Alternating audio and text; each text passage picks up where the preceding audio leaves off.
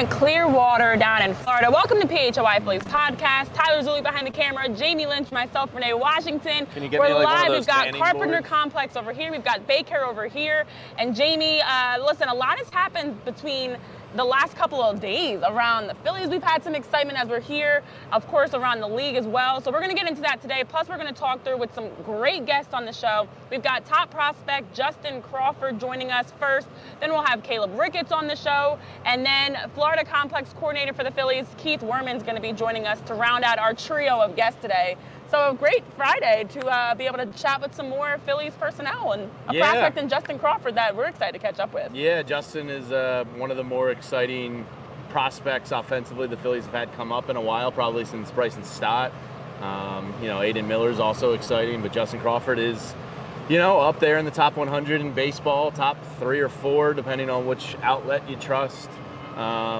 He's a really promising kid, but as we talked about in our Down on the Farm report, his launch angle is something he's probably working on in spring training with the biomechanics lab, with the coaches and everything. So we'll see how Justin's been doing this spring, how he's enjoying it. I mean, it's hard to dislike this weather at worst case. I mean, it is great because we had a chance as we were going through our Down on the Farm, talking to each prospect, to get a chance to learn more about them. Of course, we had Sam Gary that we caught up with earlier this week. We'll have Justin. It's guys that we had a chance to do a little deep dive on. And as you mentioned, they're right now in spring training, working, learning, getting ready for the start of the season. And you know who's not getting ready for the start of the season because he's out for 1 to 2 months? Gerrit Cole. Oof. So we haven't had a chance to talk about it here, but there is belief that he can avoid Tommy John surgery on his injured right elbow. Does that ever Gerrit Cole happen? is out. Nope. Gerrit Cole at 33 years old, out and expected to miss at least 1 to 2 months before he's able to return, and they're just trying to avoid having to get surgery. And we've seen this before, guys. We saw with Andrew Painter We last just year. saw this, exactly. So him having that lingering discomfort in his elbow, not a good sign, especially at 33 years old. A lot of wear and tear, mileage on the tank, and Yankees, yikes. Yeah, it sucks. I mean, you you never never like want to to see see one of the best in the game get injured. No. It feels like it's an inevitability for a pitcher at some point in their career.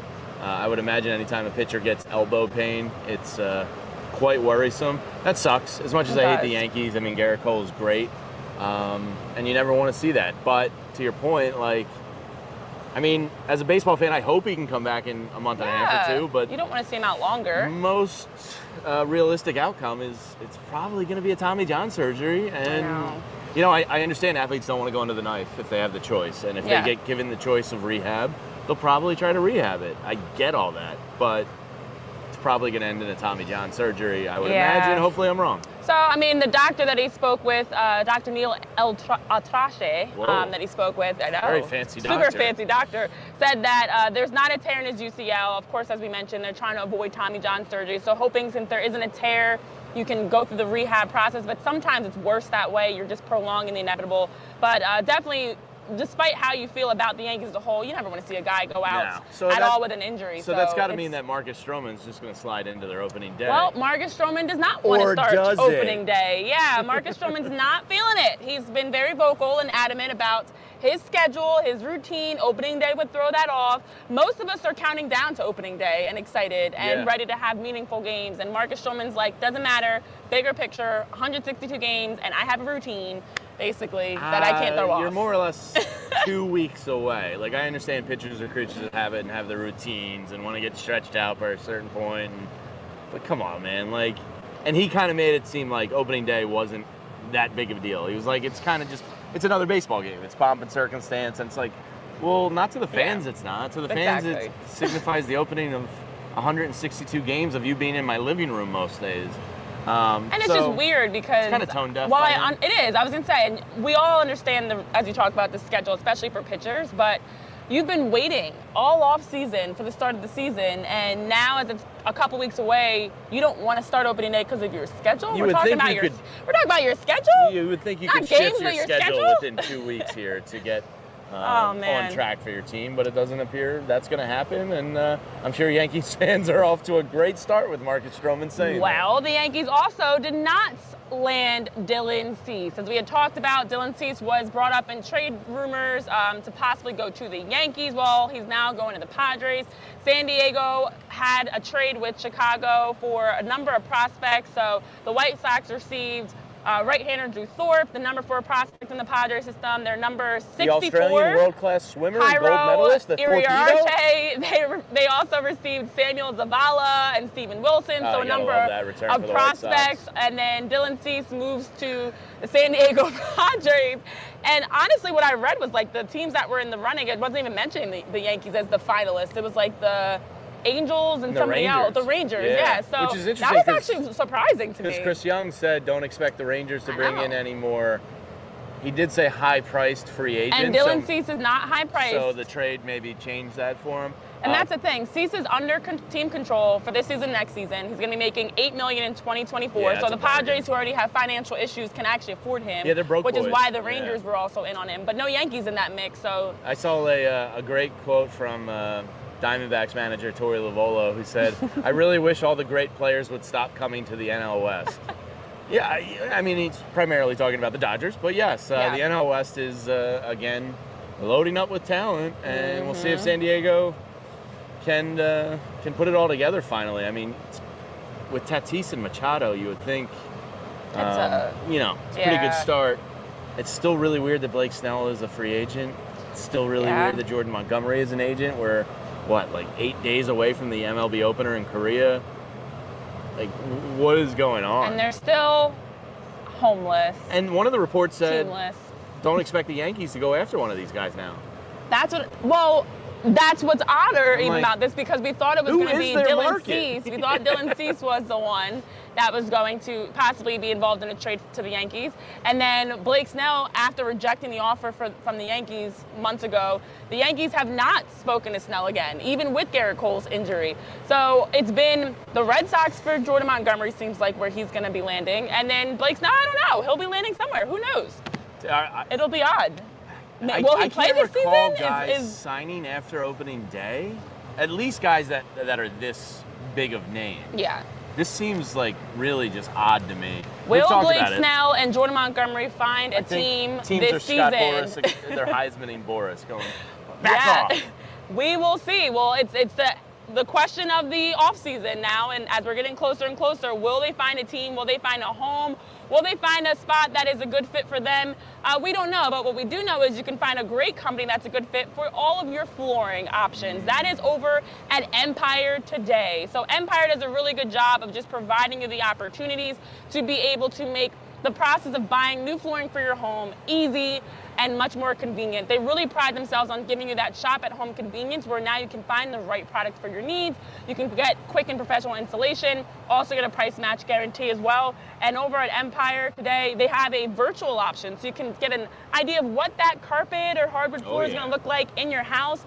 And they just want to provide great customer service, a great experience, great prices for you. So check out Empire Today. You can schedule a free in-home estimate today, and all of our listeners get a chance to receive $350 off. You get that discount when you use the promo code PHLY. There are some restrictions that may apply, but head on over to empiretoday.com/PHLY for details. Get started and be able to take advantage of all their great flooring options. The HCTV gal in me loves Empire Today, and you know the jingle, you know their quality, you know what they can help provide you with in your home to have a nice renovation for some new flooring. So empiretoday.com/PHLY, get that $350 off with code PHLY. Love it. And we love being down here in Florida. We came down here with our friends over at Philly Sports Trips. Yes. And, you know, Vince is just spectacular at what he does. You know how I knew, like, really concreted it? We go up to the suite yesterday right over here. Air conditioned at Bay Care Complex, and it's air conditioned and it's great.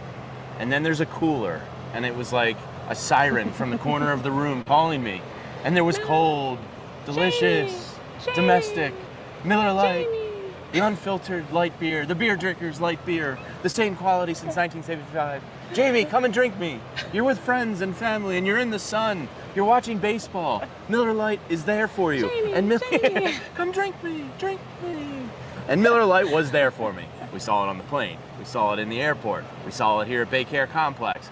We saw it at the bars that we may or may not have been visiting all week long. We've seen Miller Lite everywhere, and that's the beauty of Miller Lite. It's the beer drinker's light beer, only 96 calories. You know, I was looking in the mirror, I was like, oh boy, beach season's coming up. Ugh. Got to drink those light beers now and cut the carbs where I can. Only 3.2 grams per 12 ounces and 96 calories. Can't beat it. Tastes like a light beer should. Miller Lite keeps it simple. Undebatable quality, great taste, only 96 calories. It's the beer that strips away everything you don't need and holds on to what matters most. A light beer that tastes like beer. The original light beer since 1975. And times change, but you can always enjoy on the great taste of Miller Lite. Tastes like Miller time. Go to MillerLite.com/PHLY to get Miller Lite delivered right to your door, or you can just find it pretty much anywhere beer is sold. Celebrate responsibly. Miller Brewing Company, Milwaukee, Wisconsin. Only 96 calories per 12 ounces. All right. Well, with that, as spring breakout games have gotten started around the league, of course, the Phillies have theirs this weekend. We are going to have a chance to catch up with Justin Crawford, one of the top prospects in the Phillies system, son of the legendary and the great Carl Crawford, and such a talented, speedy youngster. I'm excited to hear what he's got to say about his experience, his career, what he's been working on, and finally going to get a chance to catch up with Justin. First guest of the day, Justin Crawford. So nice to have you here. We've actually been doing on our show, going through prospect by prospect, taking time to get to know you a little bit more. So we're excited to have you on with us. Thanks for taking time. Listen, first things first, let's start simple. How have things been going down here in Clearwater? How's spring training been so far? Oh, it's been going great. I mean, I think just being able to come down here and seeing the guys again, being able to get back on the baseball field, play games, starting to ramp up playing games. So it's been really, really good. Excited for the year to kind of get going and see what it has for us. So it's really, really exciting. So Justin, what are some of your focuses this spring? Obviously spring is, minor league success you guys have had. Spring's about tweaking, working on things. What are your goals this spring training? What are you focusing on, working on in particular? Yeah, I think a few things. I think first trying to just clean up a few of my routes in the outfield, being a little smoother in the outfield, clean, I would say. And then also a few hitting things I'm trying to do. I went in the weight room a lot this offseason to get a little bit bigger, a little bit stronger. So trying to come out this year, maybe try to drive the ball a little bit more, hit the ball a little bit more in the air, not too much, but maybe just a little bit more. and also just taking it one day at a time. I think that was one of the biggest things that helped me, at least for last year, was just being in the moment, being present, and really taking it pitch by pitch. And that's been the best thing that's helped me and what I've been just trying to stay consistent with and stay with. Yeah, and you are a top prospect for the Phillies. Listen, the pressure, the excitement, there's a lot that comes with that. What has been helpful for you to be able to lean into what you do best, staying focused, and as you mentioned, taking it day by day? Yeah, I think that really just goes back. I really don't like to really think about it too much, honestly. I think it goes back to where having all my teammates around me and a great support system, great coaches around me, all of us, really, really helps it to where we're always constantly competing and having fun and trying to do the best we can to win a spot and just have a great attitude and a great approach with it. And that's kind of the best thing I think that's helped me. So you talk about competing. Tomorrow is something new in Major League Baseball where they have started the spring breakout game. So this is a very cool thing where, top 25-ish prospects from each club get together and they're going to compete. These are guys you don't get to play with regularly, and you're all going to be together on one field versus, the Tigers' best. Is this something you guys are all kind of super up for, excited to show off what you guys got? Yeah, most definitely. I think I can speak for all of us. Yeah. We're all extremely excited. Even have little rivalries with different players on teams, and Detroit Tigers, we always want to beat those guys. So it's definitely really exciting to be able to go out there and have all the top prospects, all the top players be able to go out there and compete. And I think it'll be a lot of fun, and hopefully could go out there and get a win. Now, I'm curious to know for you, growing up in Vegas, obviously also being able to be around baseball from a young age with your dad, Carl, of just how much your upbringing, your experience, being able to see things from a different lens has helped translate into your own career. That I know even I was reading a great piece about the influence of your mom helping you to stay focused. How much has that been able to help translate into your game today? Yeah, I'm grateful for all of it, all of the people that have been in my life and have helped me get to this point. And also growing up in a clubhouse, I'm very, very fortunate enough to be able to have my dad take me through that and really kind of see the everyday effort and grind that you really have to put into this sport to be able to be successful. And I think just seeing that at a young age really, really helped me. My mom, she's always been a great support system for me, always been there for me and always helping me. And without without any of them, I wouldn't be here. So I'm really, really thankful and really, really happy. Yeah, so obviously Phillies fans know Carl from the 2008 World Series. I'm curious with baseball's such a hard sport, and there's a lot of failure, and even the best in the world, go 3 out of every 10 at bats. How much does he get involved with you? Does he critique? Is he sending you nightly texts? Is he looking at stuff, or is he just staying positive and helping you work through everything? Yeah, he's always talking to me and giving me advice that I need to be able, because he knows it's a long season, and it's really, really tough. So no matter how I may be going, whether it's up or down, he's always checking in, making sure that I'm doing good, giving me advice. You don't get that elbow in? No, nothing like that. I think he leaves that to the hitting coaches. But just that daily, the mental aspect of the game, that's definitely where he's always there and always talking to me, walking me through it, really. Because it's ups and downs. So having him just along the way definitely helps me out a lot, and I'm really, really thankful for him and everybody else that helps me. I love that. Being able to learn from a professional, someone that's been through what you're going through now, that can give you, as you mentioned, the right approach, the right mentality. Is there a moment that really stood out that allowed you to separate yourself, where you're no longer just Carl Crawford's son, you're now Justin Crawford, that you remember kind of emerging into your own? Yeah, I think, it's hard to really pinpoint when that exact moment was, but I really kind of just think transitioning into high school, I kind of started to be able to feel a little bit of being my own self, being my own person. And I think it was something that was a nice, easy transition. Like I said, my dad was a big part in helping me get to where I'm at and helping me transition in whatever it may be. So I think just around high school was around the time where I started to be able to get my feet wet, or get my feet settled under me, and be able to kind of make my own name for myself. So all of a sudden now the Phillies have this Nevada pipeline going on with you, Bryson, and Bryce here. I think I read that you worked out a little bit with Bryson this offseason. What's that been like for you to have some guys from the area that you can kind of lean on, befriend, and get some off-season work in? Yeah, it's awesome. It's something that I'm really, really grateful for, and especially having Bryson down there with me, being able to go get some work in and be able to hit. We hit pretty much every day for a span of that last month of the off season at least. So it was something that was really good. I really, really enjoyed it, and it's always nice being able to see some familiar faces to work with, and especially going into the season. All right, I want to lighten things up for you a little bit.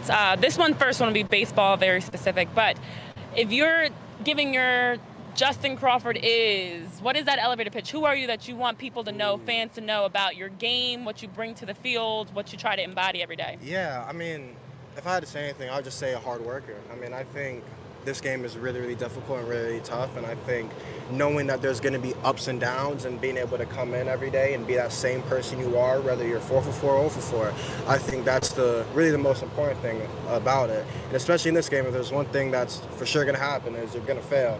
So it's just having that failure, and when that failure comes, being able to understand that it's just part of the game, and that you're gonna fail, and to move past it and say, I might have gone 0 for 4, but I'm gonna go get 4 hits this next game. So kind of just being that same even kill guy that comes to the ballpark every day, ready to work.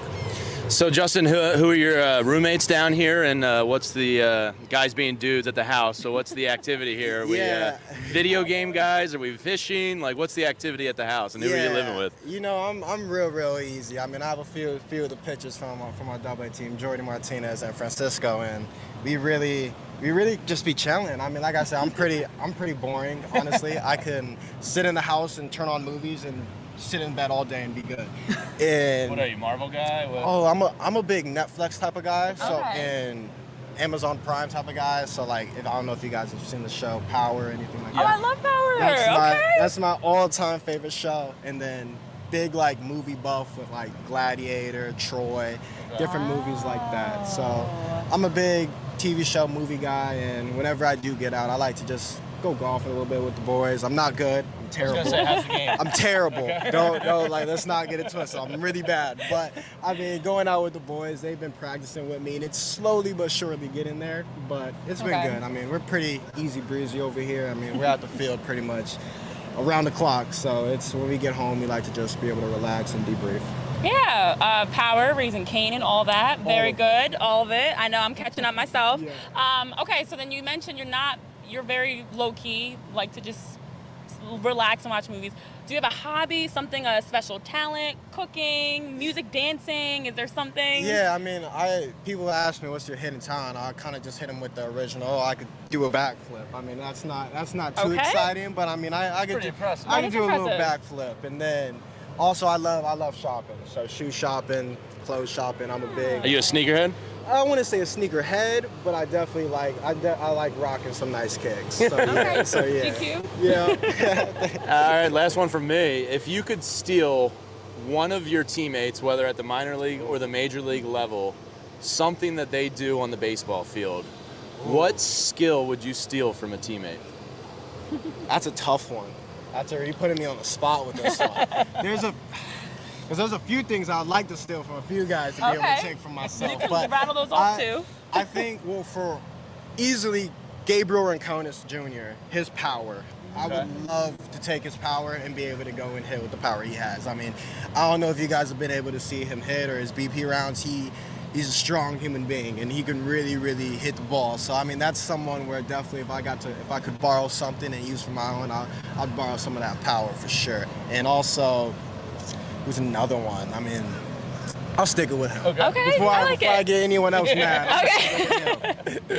All right. So the great thing about this conversation is we're still just getting to know you as as you're stepping into the next level of your career, from Bishop Gorman High School in Vegas to the Phillies, working your way up. If you could look in that crystal ball in the future, 5 years from now, 10 years from now, what do you want to hope that you accomplish in the next 5 years? What's that 5-year plan for you in baseball? Yeah, definitely. Well, honestly, hopefully being able to get to the big league level with our big league team and be able to really just find any way to contribute and help them win a World Series, because at the end of the day, that's the ultimate goal. Mm-hmm. And if I could be able to be on that team and just helping in any way, no matter what it may be, that's definitely something where I want to do and think that I can be able to do. So it's something that's really, really exciting, and I just got to keep working hard and see what happens. I can't wait to look back on this conversation years from now, and hopefully you'll have accomplished that and much more. Yeah. So thank you so much for taking time to join us, Justin. It's been a pleasure having you. Excited to see you. Just backflip on out of here, why don't you? I'm just kidding. Please don't. I can do one no, I don't want you. I don't want to. I mean, if you want to do it, I might have to now. I can't say I can do something. Listen, there's some open grass here. Just don't hurt yourself. Watch the tree. All right, let's move out the way here. Aiden, he's raising the bar for you. Yeah, Aiden, you're in trouble on your interview here. Wait, watch the. Okay. Damn! Oh my gosh! Damn! Mic Those are some drop. ups. What? Okay, there it is. That's it. There he is, my ladies and goodness, gentlemen, that's Justin impressive. Crawford. That is some conversation talent. ever. You made that look effortless. Jeez. I might be a little short tomorrow. If I did try to do that, I'd be very sore. I don't. Justin Crawford set the bar really high. Let's see what our next guest has. Aiden Miller, shortstop, Phillies prospect, born and raised in Florida. You're joining us here on PHLY Phillies podcast. Listen, let's start light. We won't have you jumping and doing flips just yet. How has spring training been going for you, especially as you were telling us earlier, being at home, getting to get some nice home-cooked meals from mom, being that you're not far from here and you've grown up in this area? How's it going for you? Yeah, it's been great. Learning the ins and outs. It's my first spring training, getting ready for my first full season. So, just finding ways to, build my routine and, develop it into my daily routine, and, that'll take me through the whole season. So, being that it's your first camp here, what's the one thing that's kind of surprised you, and maybe the one thing that wasn't as intimidating or hard as you thought it might be? I think just a daily grind. It's every day. You're getting up at 6 a.m., you're leaving the fields, not till 2, 3 o'clock in the afternoon. So you really got to take care of your body and, eat the right foods, hydrate, get in the weight room. So, just a daily grind of it, and, still being, positive, showing up every day with a good attitude. So you've been playing, you were as a third baseman, now playing more shortstop frequently. What's that transition been like for you? I mean, you've played multiple roles, but what's that been like for you just every day getting those reps at shortstop? Yeah, it's been great. Growing up, I played third base my whole life, and then my senior year, I played shortstop a little bit before I got hurt. And, playing shortstop in the pros is a tough transition, but it's been a lot of fun learning. Adam Everett's been an awesome help to me. He's our infield coordinator, and, learned the little things about shortstop, and it's been a great time learning it. Yeah, so at the big league level, obviously they have Trey Turner, one of the best in the game. Is it something every time you see him, you're trying to pick his brain a little bit? You know, what's that like, having that kind of tutelage at the highest level here for the Phillies? Oh, for sure. Yeah, I grew up watching Trey. He's so fun to watch, and anytime I see him around the complex, I'm trying to find something with his game and try to develop it into my game. But everything, those guys come over here, take BP, take ground balls. I'm always watching them, seeing what they do, and they all make it look so easy. And I want to get to that point one day, and they're just cool to watch. What was that conversation like, being told? I mean, obviously, you're here in camp. You're just excited to whatever way you can make your mark and make an impact and show what you can do. What was that conversation like that you had of you're going to be getting more reps at shortstop versus third base? It was easy. Adam said, "Where do you want to play?" I said, "Shortstop." He's like, "All right, you're a shortstop." So, no, it's been fun over there. It was a pretty easy transition, I think, for the most part, but I'm enjoying it. So obviously something you can kind of fall back on a little bit is how much success you had with the Team USA, and at its highest level of your age groups. And a lot of people are saying you were kind of like the steal of the draft now, and you've kind of skyrocketed up the Phillies prospect list here.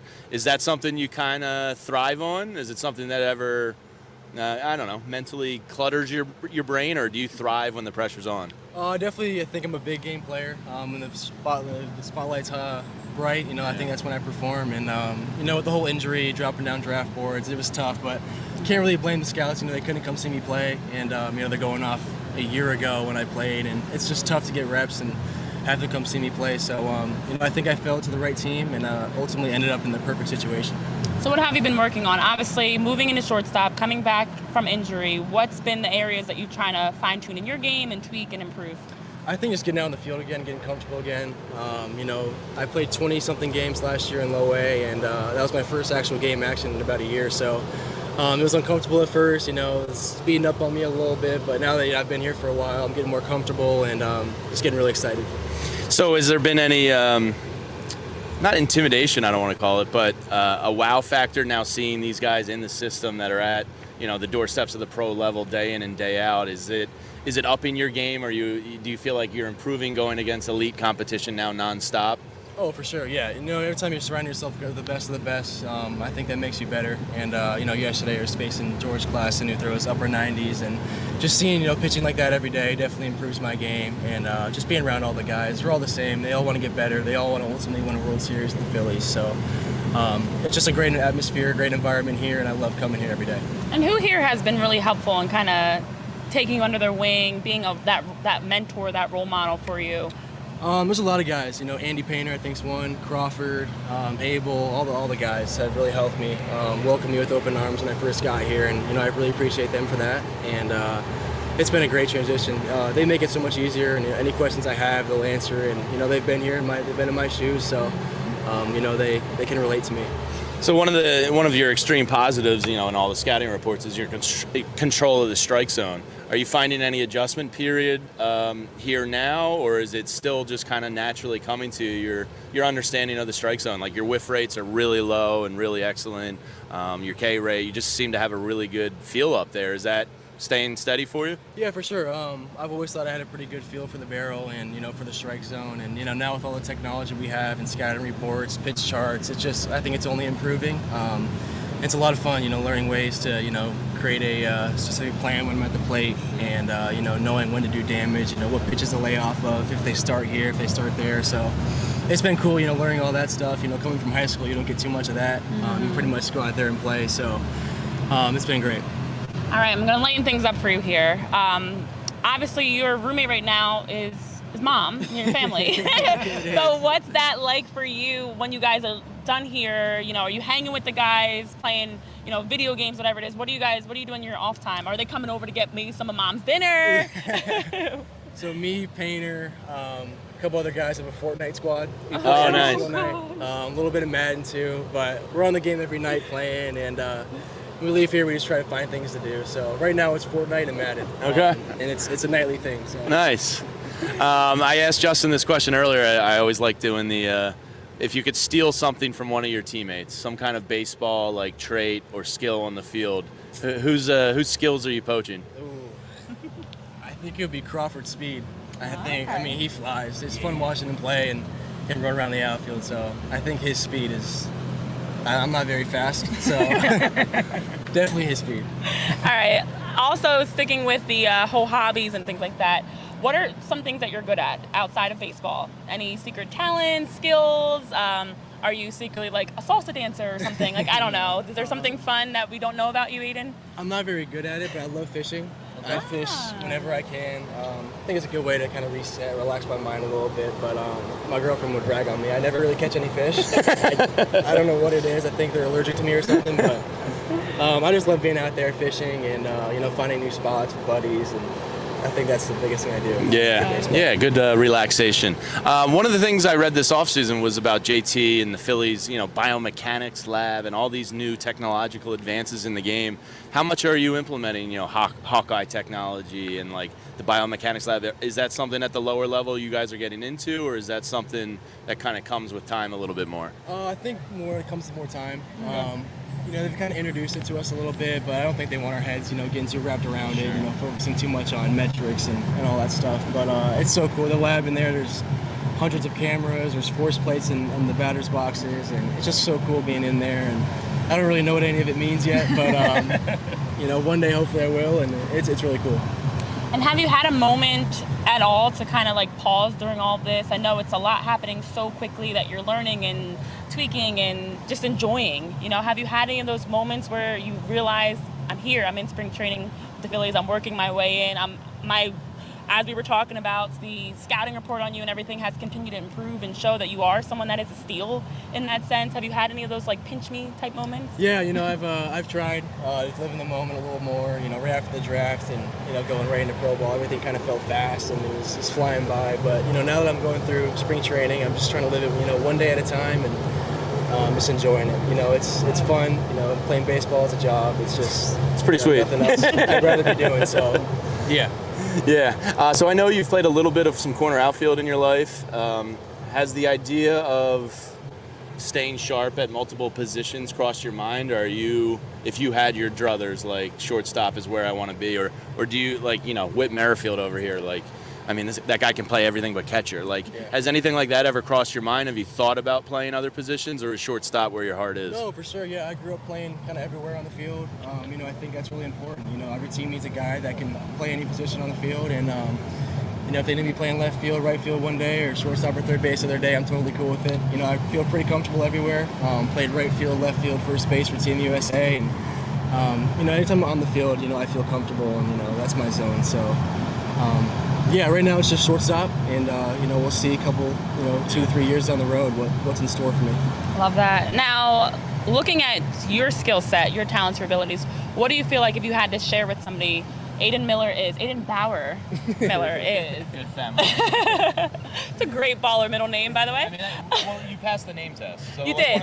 Oh, yes, this is true. Aiden Miller. Sounds like a ball player. There you go. So you're on the I think right it's a real thing, too. It is very real. It's real. I We talk about that all the time. You pass the name test. Bauer just solidifies it even more. ABM, bam.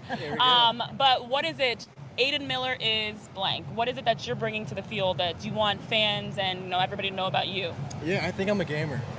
I play the game hard. I play the game the right way. I'm a good teammate. Try to be a leader on the field as well. And I think I just play the game the right way and play it hard. And my brother grew up. He's in pro ball now. He's dealt with a lot of injuries, and that's really taught me to not take anything for granted and enjoy every time he can be on the field, because you never really know what's going to be your last. So, just play the game hard, play it the right way, and that's kind of the player I think I am. Yeah. So spring training's, in its final stages here, as it's wrapping up in about 10 days or so. Do you know what your path is this year? I know you think you're starting down here. Is there hope for you? Like, is that something that like motivates you? Like, I'm going to play up to a low A, double A. Like Orion, we saw it last year. The rise that kid took throughout the system was like unprecedented. Is that something that kind of motivates you a little bit? Oh, for sure, yeah. Starting down here, it's gonna be fun. Living close to home, playing. My family and friends come watch me play. But ultimately, I want to be in Philly, and I want to get there as fast as I can. So seeing Jackson Holiday and Orion go through it last year, flying up the levels was really cool, and kind of paved the way for the rest of us. So we'll come to your first game in Jersey or Lehigh. All right. Yeah. Yeah. Last thing before we let you go. As we were talking about, the path as a prospect is changing. The timeline's expedited. You have better opportunities and chances now with whether it's technology, coaching, whatever it may be. So I asked Justin this question. I asked you the same thing. rubbing that crystal ball, looking in the future, 5 years from now, what is it that you will have hoped to have accomplished in your career? I want a World Series. I think that's why we all play. Especially in a city like this, is what all the fans want. I think that's my biggest goal in baseball. I just want a World Series. So 2 or 3 years on the road, hopefully I'm in the show and get a chance to do that. Who did you grow up a fan of? I love Bo Bichette. Okay. Yeah, I grew up watching him. I kind of just followed players, not really teams. Sure. Josh Hamilton, Harper. Yeah. I had Harper's jersey. He was on the Nationals. So. That's cool. But Bo Bichette, he's from this area, and I grew up watching him in high school, so he's been my guy. I love that. Well, we'll see again as we fast forward and have a chance to look back. Hopefully, we're talking about a World Series here with Phillies in your career. But listen, it's been a pleasure.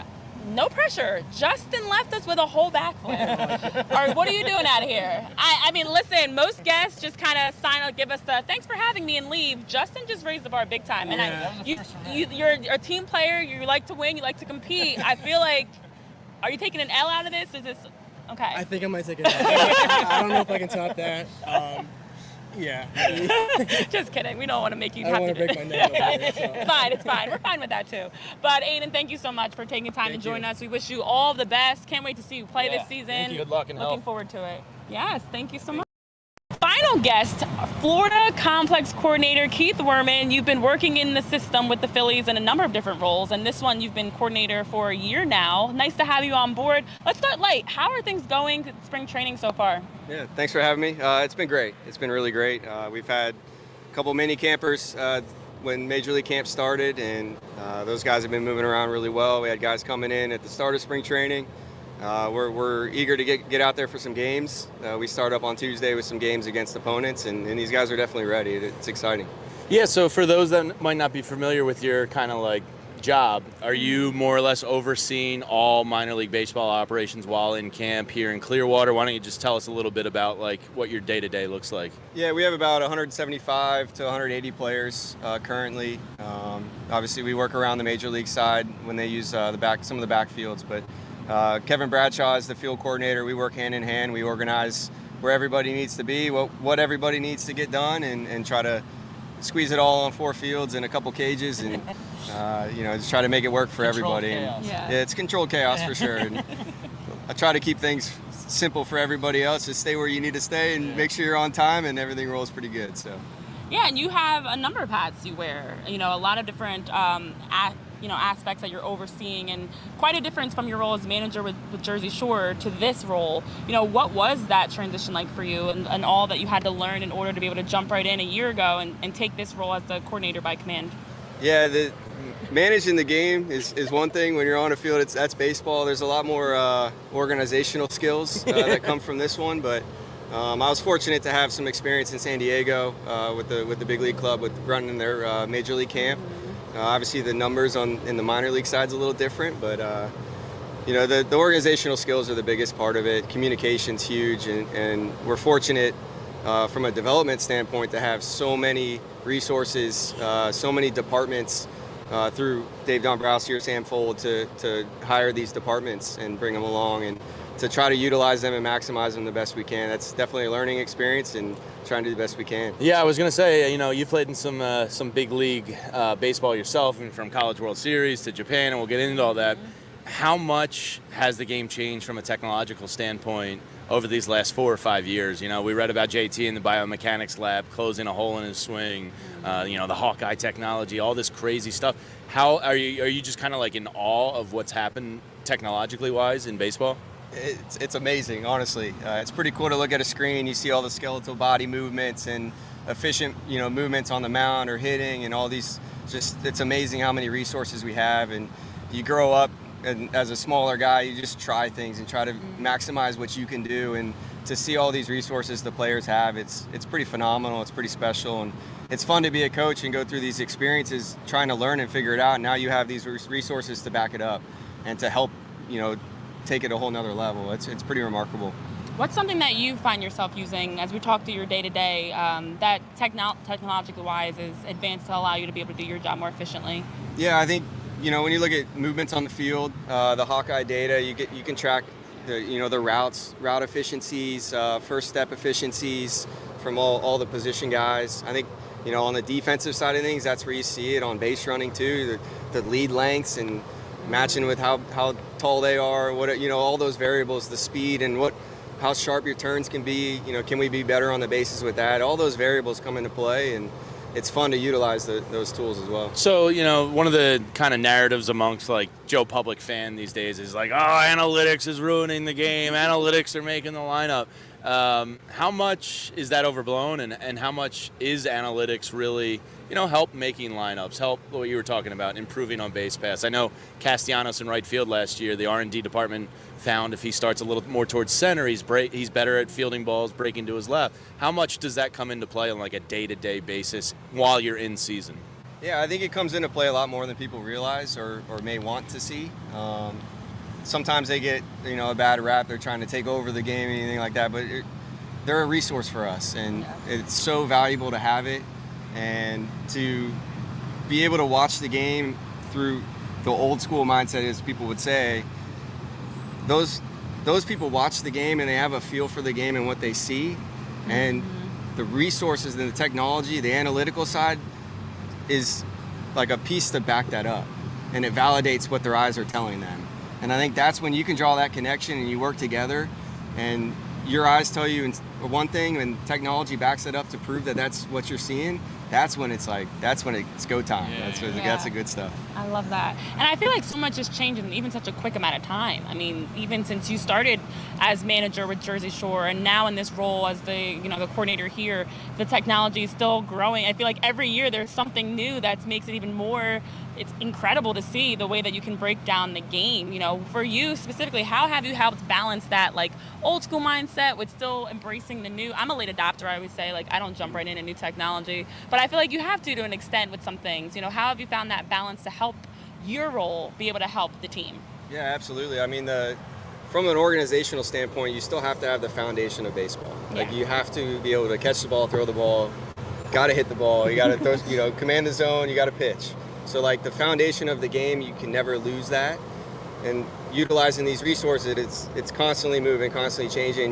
Once we establish that foundation, now we can start piecing little details here and there, and you start piecing it all together, and that's when it really takes off. And I think in the last 2 years, you've seen our foundation, at least on the minor league side and the development, we've established that. Our responsibilities, whether it's cuts and relays, bag coverage and certain situational baseball, that we've established that. Now we can fine tune some little smaller pieces in there. Yeah. So when you were managing at the Jersey level, have any of the guys you had there, are they now playing on the big league fields? And how cool is that to watch some of the guys you help manage like take the big step up? It's pretty special, and to be able to have managed and say, I mean, Johan Rojas is the first one right there for me, and he's my first player to ever play in the big leagues as a manager, and that's pretty special. And obviously you let the kid be who he is, and you help him grow, and you teach him along the way. And did you know right away with him, like when you saw the defense, where you could tell he had some abilities? You're just like, man, this kid, he can really play center field.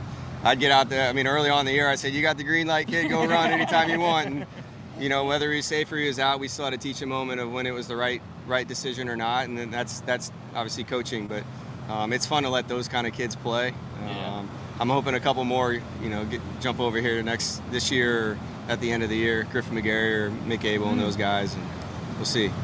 So, quick question about Johan Rojas. Does he have a nickname already? Because I was going to let him answer first before I said mine. Does he have a nickname? Do you guys have a nickname for him? I don't know. I haven't heard any nickname. What do you got? So I came up with the nickname Yoro, and I always say it on the show, and people are, okay. I feel like it's a solid nickname. It's quicker, it's easier. That's the second team I think you can help push that. Yoro.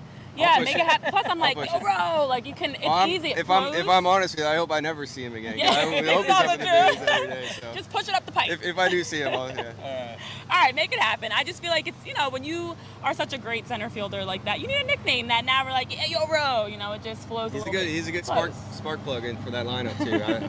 I'm hopeful for him to when you have that kind of speed in the 9-hole. He's electric defensively. It's I mean, he's gonna break defensive metrics. One thing I wanted to ask you played in Japan. Yeah. Now Japan is on like my travel bucket list to get to, period. What was it like living there, playing baseball there? What an experience that must have been. So I was fortunate, having played through the Mariners organization in the minor leagues, got to know a gentleman by the name of Hide Tsuyoshi, and he was with the Mariners for a long time. When I got released, I said, hey, can you get me out to Japan, please? Like, I'd love to. I took the language in school. Oh, did you? So I wanted the experience I'd never been. So he connected me with the Nippon Ham fighters, and talk about an experience. It was pretty amazing. I mean, the food is amazing. The people, the level of respect, the care for other people around you. It was just a special place to be. I miss it. I genuinely miss it, and I can't wait to go back. What was crazier, those stadiums or Citizens Bank Park in October? That's not even close. No. It's special out there, and they have obviously the drums, instruments. They got fight songs for all the players. Citizens Bank's that's a different animal. Yeah. That's pretty special. I get the chills thinking about it still. It's like just to be able to be a fan, even though I work with them, but to be a fan in the playoffs last year and the year before, it was pretty special. Well, as we're talking about all these improvements and growth, I mean, obviously for you guys as an organization, we're seeing more of the R&D department, the expansion to try to, attract other international players, Japanese players, different players from around the world. What have you noticed has been one of the biggest things that maybe on the outside we're missing, that's going on behind the scenes that you guys as a staff have talked about to really open up these other opportunities for the players to be able to be as successful as possible? Yeah, I think great organizations, they have that edge. They've got that edge over everybody else, and I think that's what we're hungry for. I get that feeling this year, really. Okay. And that's coming from all departments. I think I'll praise every department, but I mean, the scouting's been phenomenal the last couple of years to bring in some pretty amazing players. They're a lot of fun to work with. Our player development's hungry. We're working on that edge right now, and from the R&D, they want that edge to make decisions to acquire a player. Maybe it's through a trade or a free agent sign. I mean, there's always ways to improve and to find that little edge. I think that's where we're at this year. Yeah, so tomorrow, I asked Aiden and Justin both about this. I think it's a really cool idea that Major League Baseball is implementing with the spring breakout game. You get all these talented prospects on the same field together, which they don't get to do, like, ever, I don't think. How excited is the clubhouse or these guys for this game? Are you looking forward to it personally, to see steel sharpens steel, the best of the best versus the Tigers' best of the best? So what's it like? Are the guys pumped? Are you pumped? It should be pretty cool. It's pretty fun. I mean, the guys, there's a lot of chatter, and there's been chatter since the day we found out about it. The staff, they're coming into the office every day like, hey, can I come? We all want to be a part of it. It's pretty special, and it'll be fun to see where we stand, against the Tigers right there on the field, mano a mano kind of scenario. So I'm excited for the guys to get out there to showcase what they can do and get these guys together on the same field, like you said. It's going to be a lot of fun. Each season there's changes around the league, and then of course there's changes internally, whether it's the pitch clock, the spring breakout games, like there's something new.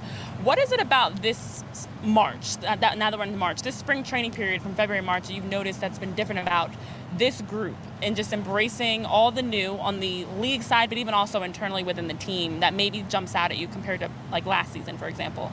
Yeah, I think obviously Preston coming in as the farm director, this is his third year now. I think we've, like I alluded to a little bit earlier, is that foundation. We have that foundation of who we are, our identity, and now it's play with that edge, go get it now. And like we're all hungry. We came in January with a little high performance camp and then the mini camp right up until spring training. I mean, these guys are ready to go, and I think there's that hunger, that edge to like take it a whole nother level, and that's what's exciting. And it's not just the players, that's the staff, that's everybody all over the place. It's pretty cool. So you get to see, you get to be in the clubhouse and be with the guys all day, every day during this spring training. Obviously it's a positive having the big league club and the caliber of players, the Bryce Harpers and Schwarbers and just like pros, and there's a camaraderie, they have fun playing baseball. Do you notice a trickle-down effect to the guys in the minors that they're feeding off of what those guys are doing and how much fun they're having? I think so. I think there's no doubt that they're all watching our games throughout the season. They're watching the playoffs. They see the excitement they bring. They see that family, that tight-knit group that they are. And they want to be a part of that. And they are a part of it in some capacity, but they want to get to the big leagues and be in that. That's what you're playing for. And when they have the success that we've had, and hopefully that continues, but the expectation is to do that every single year, and so they have to work to get to that. And so there's a lot of drive in that. It's a lot of fun. I'm curious, just for you personally, as someone that obviously had a chance to play at such a high level and had a great career yourself to now be able to help out with this next generation. You know, what's it like? This is your everyday job. This is your, you know, you're down here in Florida. You're helping, making sure everything's running smoothly. You're a part of all the excitement behind the scenes in so many ways. You know, for you personally, did you imagine that you'd be in this role? Was this something that you sought, you know, after you finished playing to become, you know, somebody that was involved behind the scenes like this? Yeah, if I'm honest, like growing up, I always knew I would at some point coach. Okay. I just never knew where I would coach and what that would look like. And I'm so lucky to be in this role. I mean, I have too many people to thank and that have gotten me to this point. It's pretty awesome. And I mean, shoot, look at this weather. Yeah, you can't beat this weather. Man, it's like I got no complaints to be out here all day long, and I'll go work with the guys. And it's a lot of fun when you're passionate and you like to work and the players like to work with you. It's fun when you're out there, you're dancing together. It's pretty cool. It's a good time. So I guess on the route to be a baseball lifer here, two baseball lifers anytime you're at the complex you see are Larry Bowa and Charlie Manuel. Oh, yeah. How cool is that? Like I saw the two of them leaving the minor league fields a little while ago. How cool is that as a resource for not only you, but for the players to have those legends just around all the time? Their presence is everything. It really is, and I welcome it all the time. If any chance they get to be out there, I say, hey, you could be late to the cage. Just go hang with Charlie. Like, you got it. Go ahead. And those opportunities for our players to pick their brains, to be around them, I mean, that's special. That's baseball, and that's the fun part of. That's what it is. And to be able to have those guys around, it's pretty special. Yeah, Jimmy Rollins would always say, you know, my favorite memories was being on the top rail or at the batting cage with Charlie, just talking hitting, and I'm like, that's so cool. Absolutely, absolutely. Taking ground balls. We had Howie Kendrick was out there taking ground balls with him the other day. It was awesome. Like, keep it coming. Let's go. I love that. It definitely feels like there's such a special, you know, vibe around the clubhouse, around the team. As you mentioned, it's not just the players, it's the staff, it's everybody involved, all the different departments, where you can feel that buzz that's like electric going through everyone of like the edge, as you mentioned. I love that. I love hearing that you guys all have kind of that same mindset of like, let's go get it this season. That's incredible. Absolutely. I mean, shoot, we all love being here. That's a big part of it. The staff, we love to work. We love to help these players out. And I think they feed off that energy. It's pretty fun. Well, we appreciate you so much taking time to join us, Keith, and just hearing about your role, your work, what's going on down here in Florida. Beautiful, sunny, warm Florida. I got to give a quick shout out to his brother, who is now coaching at my alma mater, LaSalle High School. So if you ever find your way up to a game, let me know, and we'll go take it a game. Absolutely. He'll be happy to have you over there. Yeah. Yeah, Go Explorers is another Explorers alum. We're all this is a college, but yes. But thank you so much for taking time, and we're excited to be able to connect with you again in the future, and wish you all the best of luck this season. Enjoy it. Should be a fun one. Absolutely. Thank you very much.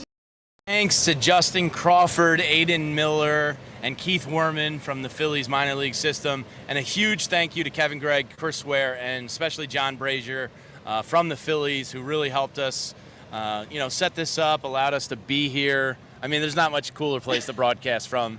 Watching the Phillies walk right behind us in the locker room, the minor league complex, the big league stadium. Huge thank you to the Phillies organization for allowing us to do this.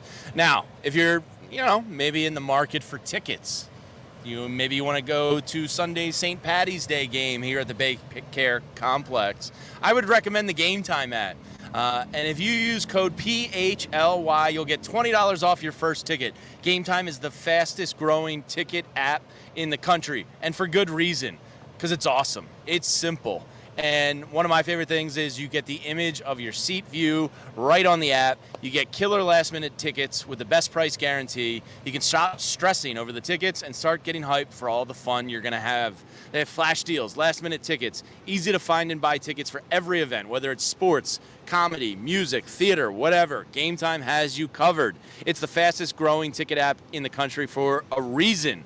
Buy tickets in a matter of seconds, just 2 taps, and you're all set. Tickets are sent directly to your phone, so you never have to dig through your email. And tickets always make great gifts for the people in your lives. So snag the tickets without the stress with Game Time. Download the Game Time app, create an account, and use code PHLY for $20 off your first purchase. Terms apply. Again, create an account and redeem code PHLY for $20 off. Download Game Time today. Last-minute tickets, lowest price guaranteed. And you know what? My iPad might need some time to cool down from all this heat, but you know where you don't have to worry about ever dealing with temperature issues or wondering how delicious your breakfast sandwich is going to be? That's over at Bagels & Co. Bagels & Co. does a tremendous job of providing you with fresh, large varieties of bagels every day when you go into Bagels & Co. 15 to 20 different fresh bagels you can try out. They've got all different types of bagels and flavors, and they also have seasonal cream cheeses and schmears. Oh, I love a and schmear. 30 different cream cheeses. I know you love schmears, Jamie, but you can test that as well. They have seasonal ones. They've got holiday-specific ones. It is baseball season, so bet your bottom dollar they've got some Phillies-specific ones as well. And you can head over to thebagelsandco.com, find their location nearest you, check them out. Let them know that us here at PHLY sent you, because they are always hooking us up with delicious bagels, sandwiches. Big boys. Love their pork roll and egg on the rainbow bagel. That's like my go-to. And you can always check out the Bagels & Co. any time of day. Breakfast, lunch, dinner, for some delicious options, fresh and great prices, because you don't have to break the bank to eat well over at the Bagels & Co. So thank you to Bagels & Co. And again, as you mentioned, thank you, because we had a chance to have Justin Crawford on, Aiden Miller on, 2 top Phillies prospects on. Yeah, 2 top 5 we guys. And Aiden Miller was even a surprise to us. We saw Aiden come walking over. We didn't even know it, but he was like, "Hey, I'm jumping in with you guys," and hey, we're gonna let that happen. And now to jump in with us after we've had Justin, Aiden, and Keith Werman join us on the show. It's none other than Detective Sergeant Cop Police Officer. It's John Foley's John music. It is John Foley. It's Friday with Foley in person, guys. We've never done this, actually. Let's take a moment to just wow, okay, this is happening. John, listen, spring breakout games this weekend. We've got another week of baseball. For you, what are you most excited about this weekend? So this spring breakout game is really going to be something, especially after just interviewing Justin and Aiden. You can see it in their eyes. They're pumped for this. You can see it in their eyes. They're pumped for this experience. I'm pumped for this experience. Excited to go see it. Should be a lot of fun. Yeah, it should be. It's really, really cool because, these guys are never all on the same field. They're all at different levels. Some might be at low A, some might be down here in the Florida Coast League, some might be up in Jersey, some are in Lehigh. So they're never all on the same field like this. And just seeing Justin and Aiden both be like, yeah, and Mick's starting tomorrow. It's almost like they're not fans, but it's almost like this is going to be cool. Because we get to see the best of what we got against the best of what they got. I think Major League Baseball hit a home run with this idea. Yeah, I think you've mentioned it a few times, Jamie. Baseball seems to be doing better lately in terms of promoting their product, having events like this. They've been doing a good job. It definitely feels like we're in the middle of a change. Of course, as we know, we talk about the R&D department, we talk about the analytics, the technology, but even the other aspects that give fans a chance to, the spring breakout game, a great example, connect and see the guys. You can get out to games. Obviously, we've been here at spring training. You've been here much longer than we have. But being even here at spring training and seeing just how many people are in attendance and showing up, and Philly sports trips and different people that are making it happen, it definitely feels like a change. And even when you have Aiden Miller, Justin Crawford, 19, 20 years old, that are sitting here doing backflips, chatting with us about, their career. Thank goodness he landed that safely. It's like it feels like a new era of baseball that we're in, guys. That's for sure. It's incredible. So, John, yesterday during the game, we got to take in a lot of the game with you. You did half press box duty, half duty with us. And we were talking. My quasi-hot take here, because, next week it's going to be 40-man roster predictions. I honestly think Christian Pache is making a run at opening day starting center fielder. I know it's Rojas' job to lose, but I think Pache's been really impressive. But my quasi-hot take is I think David Dahl is going to give Dombrowski and staff something to think about a little bit. He's having a nice spring. He really is. I think you're right. When it comes to Rojas, it all hinges on Rojas, right? Because if Rojas starts the season in AAA, then you've got one extra spot, and somebody like Dahl, it doubles their chances, right? I do think when spring started, it was Rojas' job to lose, but they did indicate that he would have to earn the job and show something at the plate. If that was true, sadly, because I want to see him succeed, I want him on the opening day roster. Sadly, he hasn't really shown much at the plate. Yeah. So if those words were true, you have to start to think that there might be a world where Rojas does start the season in AAA. And then you're looking at a mix of Cave, Dahl, Pache, who's had a great spring. Yeah.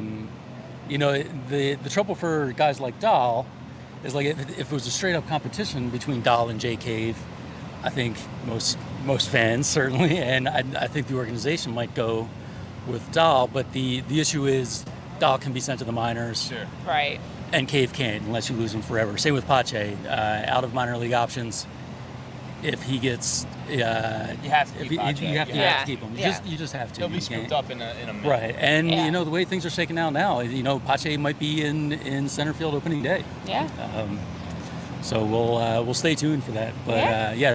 that's the one point of intrigue still really remaining for Phillies rosters questions. I think is how's this last one or two bench spots going to shake out. Christian Pache, obviously, as we know, has been hitting home runs, giving good at bats. David Dahl, we saw even in Thursday's win for the Phillies, just solid, consistent, moving well, you know, making good contact. Is there anybody else? I know you've been putting together your good, bad, and the ugly, and I love the fact that you've had a chance to be at every game and watch. Before we wrap up here, is there anybody else you've noticed trending in the right direction that maybe hasn't been talked about as much? Because you're watching every game. We don't all get that luxury back at home, but you get to see it up close and in person. Anybody else that stands out? Yeah, I mean, I don't think he's going to have a big impact on the 2024 Phillies, but we should at least give a shout out to Aramis Garcia, who's having a spring for the ages. Yeah. I think he's batting over 500 in a not insignificant number of at-bats. So he should at least get credit for what he's done there. Other than that, yeah, it's really the usual suspects doing their thing. Who else? Merrifield really having a terrific Two hit spring. wits, living up to the hype. Two hits yesterday. Whitley. There he goes. Who else is Ranger has been Cody perfect. Clemens has been okay. Cody Clemens been solid. And I did want to talk about it. adorable little Ranger He because had a moment. my man is dealing. Now, here's the thing about spring training. When the numbers are bad, you go, it's spring training. It doesn't matter. When the numbers are great, you go, this is going to be awesome. Ranger's going to be in the Cy Young hunt this year. Exactly, those are the rules. But look, he's healthy. He wasn't healthy last year. The World Baseball Classic beat him up. We all know he's a big game pitcher. If he can stay healthy this year, we might finally get like the full deal Ranger Suarez breakout year. Absolutely. I mean, it's been years since he's had a full spring training between visa issues, pandemic stuff. This is the first time in several years they've had full spring training, and when asked about it, he said that it is important to him, that, you know, it matters. Yeah. Like, unsurprisingly, it matters to come in here and get right and have your time in spring training and hopefully get off to a hot start and carry it right through the season. He looks ready to go. That's for sure. It is wild when you think about Ranger hasn't had a full spring training in a while. Bryce Harper, another one. It didn't even dawn on me until I was looking at, he hasn't had a full Phillies spring training because of the timeline of from when he joined to now, the pandemic, his injury, all these different things that were factors. Hasn't had a normal full spring training. The World Baseball Classic, of course, was an issue last year that set a lot of players back. So it is exciting when you think about the fact that this could be a great start for the team. Kyle Schwarber, on the other hand, maybe not one that's going to start fine, but that's okay because that's what he does. That's what he does. That's his thing. So it should be hopefully the year that they get a full spring training. We can get a good start and not a slump in the beginning, early part of the season. And most importantly, if nothing else, we have planted so many seeds, or at least I have. Yoro is going to stick. That's it. That's all I took away from this trip. If nothing else, I got to put the nickname out there to some people. I should have told Justin and Aiden. That was silly of me. Oh, Yeah, they could Gosh, have really the helped. guys and the Yeah. youngsters. Dang it! Yeah. Let me bring them back. Yoro is sticking. We'll head over to the complex. I mean, the man is looking see if we spread swole. the He word. walked right by us yesterday. He's jacked up. He was wearing the cutoff tee and the I went too, muscles, but and I was like, yeah. he looks. It's a different Johan Rojas. We've seen it in person ourselves. Yesterday's Yoro is not today's Yoro, and he's definitely put on some ball's of the going to go guns. some places. We just need him to, make a little more contact. Yeah, it's like Justin Crawford. Like if they put the balls in play, the speed alone is going to cause havoc. He's got power. Yeah, so It was interesting that Justin said working on putting the ball in the air, but not too much more. right. You know what? Yeah. And I Yeah. guess, I'm sure he's hearing that from coaches. So there must be a degree with his launch angle problem that they think is maybe a good thing. And he can just beat out ground balls more so than your average person. That's And true. Maybe they It's want very to fast. lift it up a little bit to the line drive He's never going to be area. a power hitter. But yeah, Right. we don't want him hitting balls to the warning track and just Yeah. nullifying his speed. Yeah. Well, we've got a great weekend ahead as we are wrapping up our final show of the week. Breakout game is happening. You get to see the guys in action, the next generation of Phillies talent, and it is steel sharpens steel. You know, get a chance to see them going up against some of the best and for the Detroit Tigers. So exciting times for you, John. I know you'll be continuing to grind it out with your articles, the work that you're doing out at the ballpark every single day, and glad that we had the chance to have Friday with Foley in person. It's amazing. I'm so happy to be here. Glad we're all here together in person under the Florida sun, and everything's great. Please just don't ask me to do a backflip. I was going to ask. That was just what's next. What was your secret time? How are you exiting the show? What's I'm just are going you to hobble off moonwalking out of slowly. here? I'm Okay. getting an Orange Crush up at Frenchie's, and they're not even open, but I'm just gonna get behind there and make myself. Which you can do, closeout because we skills. also have our cocktail club that Jamie shows off his skills every Friday that we drop new episodes. So yeah, it's been a fun time here. It's sad that this is our final live show here. We will still be in Florida for a few more days, of course, covering the Phillies, watching the game, watching all the action, and bringing you guys some great content. So for Tyler Zulli, Jamie Lynch, John Foley, myself, Renee Washington, thank you so much. Big shout out to Tyler. I was for gonna- behind yes. the scenes work, all these. I was going to say, huge thank you, because the man behind the camera, Tyler Zulli, Tyler Charles, making all this happen, keeping it Legal. full legal government name. I love saying people's full names for some weird reason. Tyler making this all happen, keeping the show afloat, making sure that we can have the opportunity to bring you guys all these great interviews. And then, of course, all of our guests between yesterday and today. Thanks to the Phillies organization, John Brazier especially, for making this happen. Could not have had this possible without all of you guys making this possible for us. So for us here at PHLY Phillies Podcast, thanks so much for tuning in. Have a great weekend, and we'll see you back very soon with more content, shows, and much more coming up soon. Bye. We all silly like the mayor.